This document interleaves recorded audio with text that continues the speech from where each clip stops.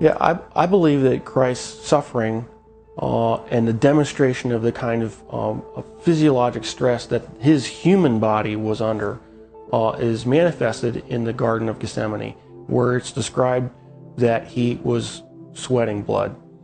And there is a well-documented medical condition in which patients who are under tremendous amount of emotional stress and physiological stress can in fact sweat blood, because little blood vessels within the glands burst and then the blood is expressed.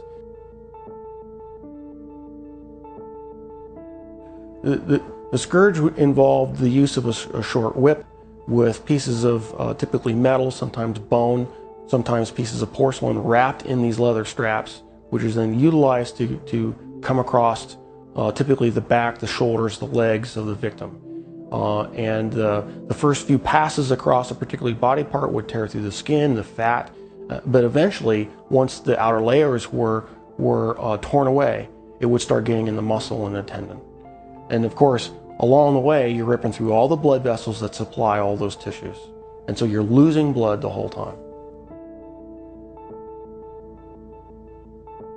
The plant that was described actually had a very long thorn, not the little thorns that we would think from a rose bush. These were thorns that were typically 1.5 inches to 2 inches in length. The scalp is one of the most vascular portions of our body. It's got a huge blood supply up there.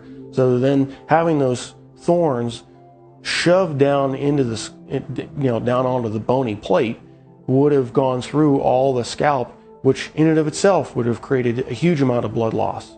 I've seen people actually bleed to death from just a scalp injury.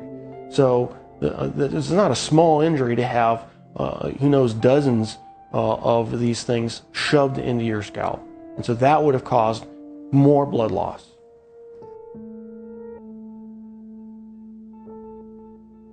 Typically when a victim has to carry the cross, what has been described in the literature, in actual Roman literature, is they describe they carry the crossbar, and the crossbar is estimated was estimated to weigh about 110 pounds. And of course, if your arms are stuck out here, wrapped up on the crossbar, and you fall down, you need help getting up.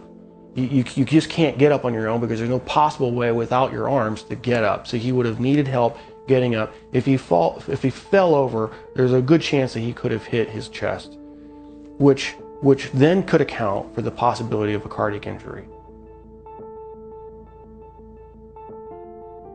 Anatomically, we consider the wrists as part of the hand, and so with the placement of the nails between the radius and the ulna at that position, it still fits the definition of being in the hand, and it's in a position in which the nail won't rip out, which you have to have a solid point of fixation.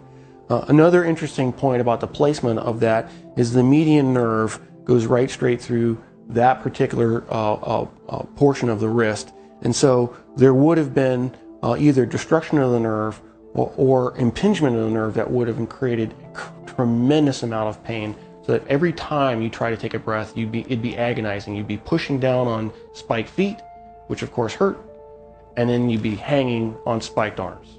And so you alternate from excruciating pain to excruciating pain every time you take a breath. So even if he survives the actual crucifixion, he would have had to survive what I believe to be a lethal injury from the spear to find out whether he was alive or not. What's described is the loss of water and blood, and that would entail either either a pleural effusion or pericardial effusion, and the blood would have come from either pulmonary artery, a pulmonary vein, the aorta or vena cava, or the heart itself.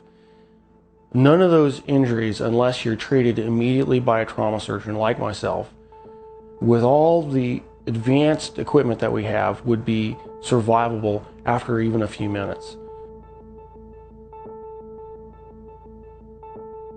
Christ, as the Son of God, could have survived anything. He chose to manifest himself as a human at that point in time and allowed himself to die.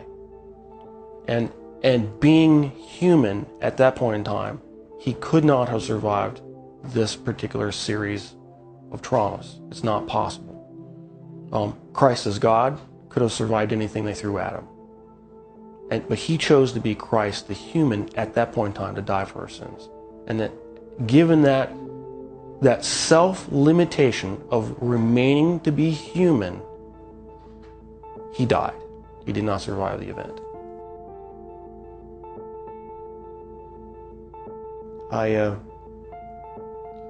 I'm profoundly impacted by it. Because I realized the price that he paid was something I would never be willing to do for probably anybody. It's very difficult for me to even sing songs about the cross, even in worship. Because I truly do understand what he paid, the price that he paid.